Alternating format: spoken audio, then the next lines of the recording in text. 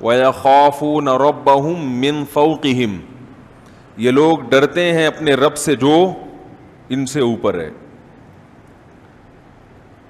تو اس میں بتایا گیا ہے کہ یہ انسان جو ہے نا مکمل کس کے کنٹرول میں ہے؟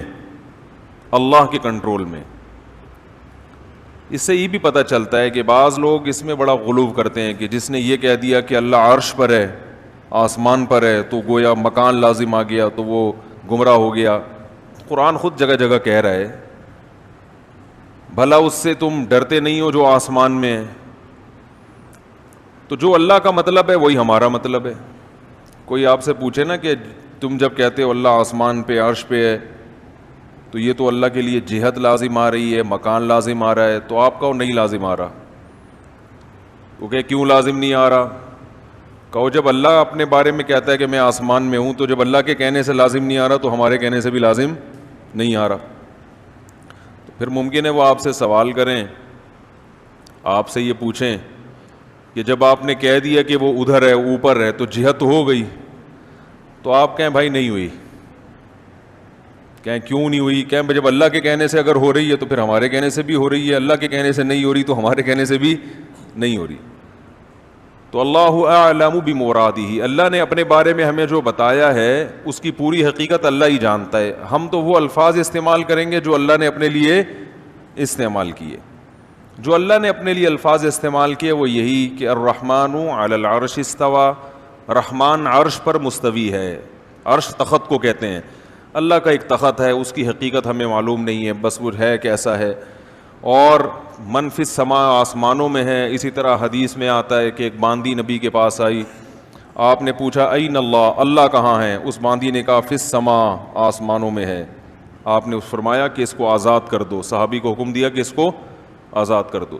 آپ نے اس سے نہیں پوچھا آسمانوں میں کیسے ہے، کہ بھائی تو عامی آدمی سے بھی جب پوچھا جائے گا اللہ کہاں ہے تو وہ کہے گا بھائی اللہ آسمانوں میں عرش پہ ہے.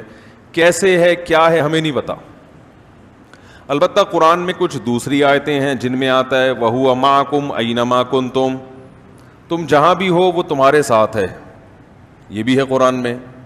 نَحْنُ أَقْرَبُ إِلَيْهِ مِنْ حَبْلِ الْوَرِيدِ، ہم تمہاری شہرک سے بھی زیادہ قریب ہیں. بات سمجھ میں آ رہی ہے؟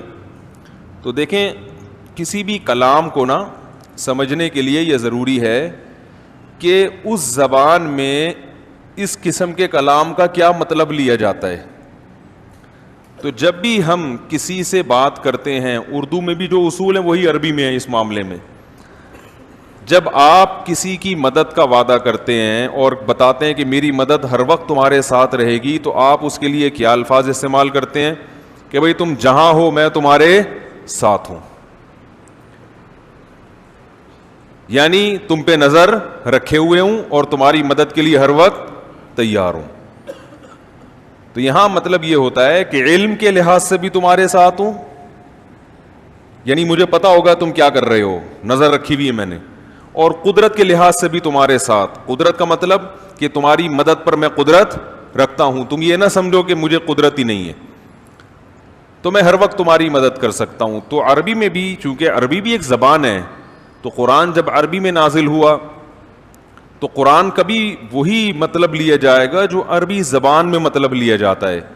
قرآن جب کہتا ہے کہ اللہ کہاں ہے تو اس کا جواب قرآن دیتا ہے عرش پر ہے. لیکن قرآن دوسری جگہ یہ بھی بتاتا ہے کہ ہم ہر وقت تمہارے ساتھ ہیں. تو ان دونوں آیتوں میں تطبیق ایسے ہوگی کہ اللہ کی ذات عرش پر ہے، لیکن علم اور قدرت کے لحاظ سے اللہ ہر جگہ موجود ہے، ہر وقت ہمارے ساتھ ہے. یعنی ہمیں دیکھ بھی رہا ہے، سن بھی رہا ہے. جیسے قرآن میں حضرت موسیٰ علیہ السلام کے بارے میں آتا ہے کہ ہم نے موسیٰ اور ہارون کو فرعون کے پاس بھیجا. اب حضرت موسیٰ گھبرا رہے ہیں کہ فرعون نے تو، وہ تو بڑا ظالم ہے، وہ تو مجھے مار ڈالے گا.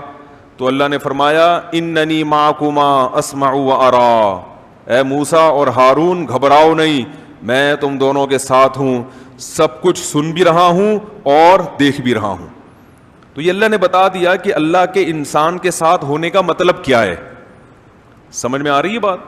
اللہ کے انسان کے ساتھ ہونے کا مطلب کیا ہے، یہ قرآن نے خود بتا دیا کہ مطلب یہ ہے کہ میں ہر وقت تمہیں دیکھ بھی رہا ہوں اور ہر وقت سن بھی رہا ہوں. یعنی تمہاری ہر وقت مدد کر سکتا ہوں، ایک ایک چیز سے باخبر ہوں. اس لحاظ سے اللہ ہمارے قریب بھی ہے، لیکن اللہ کی ذات کہاں ہے؟ عرش پر ہے، لیکن اس کی کیفیت ہمیں معلوم نہیں ہے.